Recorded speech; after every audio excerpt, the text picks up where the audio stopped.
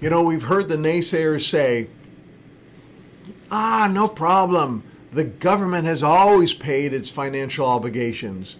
They've always stood behind their payments. They've never missed a payment. They've never defaulted. And it is backed by the good faith of our country and its ability to pay. But could we be getting to a tipping point where this might not work anymore? And that's what we're going to see here now.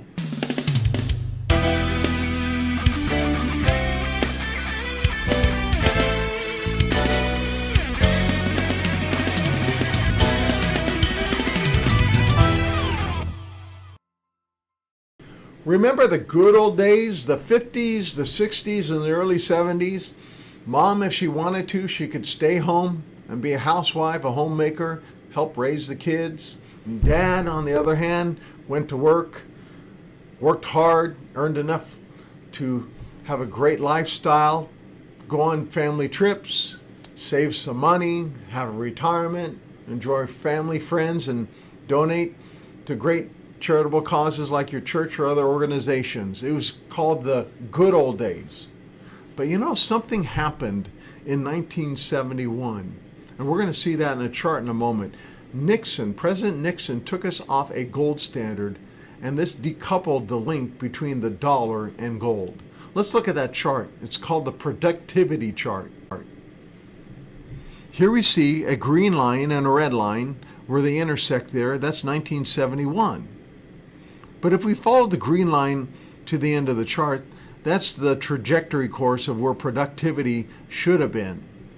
The red line is the reality where it actually was, and there's a gap where the arrow is on the black side there.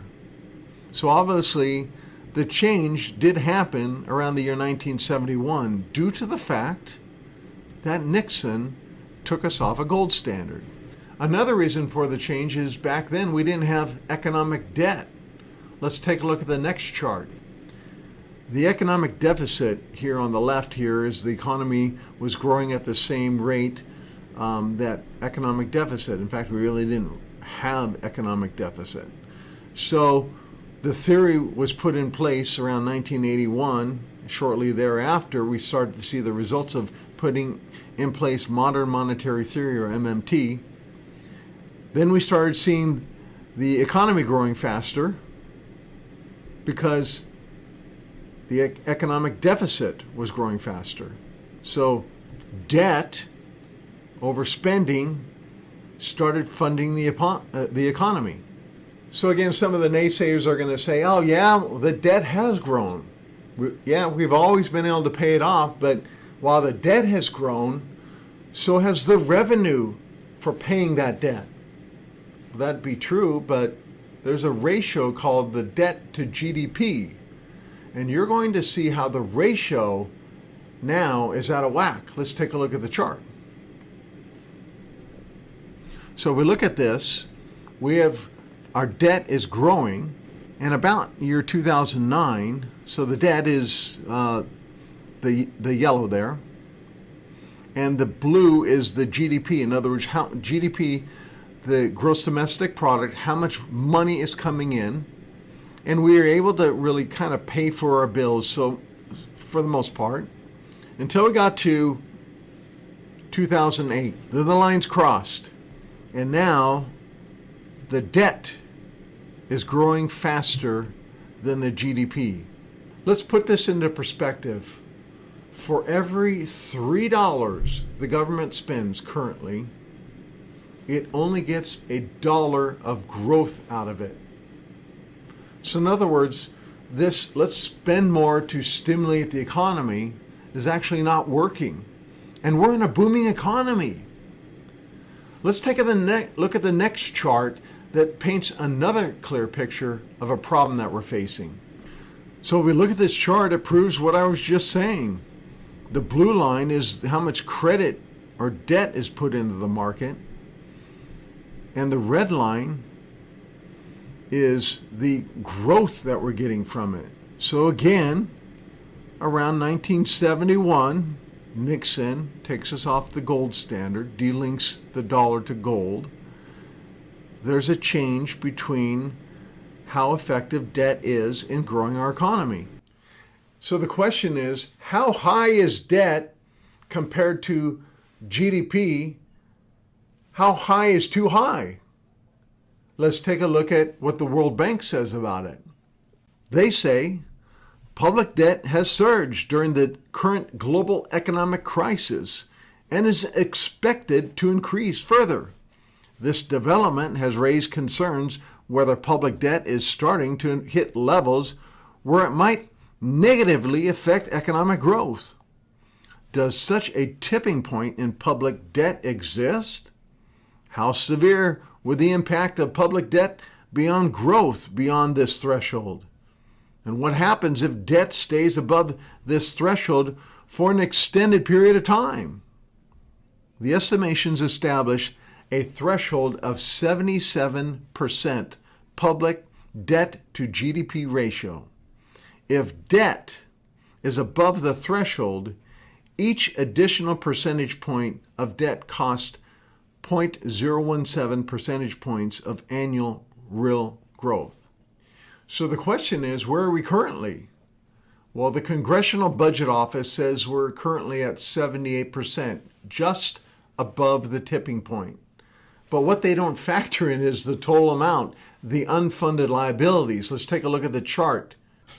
This chart is from the International Monetary Fund. They say we're at 111.6%. I think the real picture is what the OECD says. The OECD is the Organization for Economic Cooperation and Development. It's an intergovernmental economic organization that's founded in 1961 by 21 countries, the United States, Canada, and Europe being the strongest countries at that time. And the OECD measures economic growth, prosperity, and most importantly, debt levels. Their chart here says the United States GDP is 136%. Well, the naysayers say, don't worry about it. The foreigners, they're always going to buy our debt. Not true. Let's take a look. May 16th, back 4 years ago, central banks started selling off U.S. debt at record pace. And they haven't stopped since. How about the Wall Street Journal in October 2015? Their title says this: once the biggest buyer, China starts dumping U.S. government debt. The article says central banks around the world are selling U.S. government bonds at the fastest pace on record. The most dramatic shift in the $12.8 trillion Treasury market since the financial crisis. Sales by China, Russia, Brazil, Taiwan are the latest signs of emerging market slowdown that is threatening to spill over in the U.S. economy. Previously, all four were large purchasers of U.S. debt. The Financial Times 2019 says China dumps U.S. treasuries at the fastest pace in 2 years. So it continues. China's not the only country. Russia. Business Insider says Russia is dumping U.S. debt and buying gold instead. July 19th, 2018. It's the summary of the article. Russia sells 84% of the U.S. treasuries in 1 year, valued at $8 billion. What do? They buy gold. So obviously we have a problem. You know what the biggest problem is? Not admitting we have a problem. When you have $23 trillion that the national debt has ballooned and it continues to grow at unprecedented levels, we have $123 trillion in unfunded liabilities. The Fed's balance sheet is at $4 trillion. They can't bail us out. The government can't bail this thing out. And remember, it only took one entity in 2008 called Bear Stearns that couldn't pay their bills, and then it bled into the next entity called Lehman Brothers, and then the whole system went down. So it might not necessarily start with the United States saying, we're not going to pay our bills.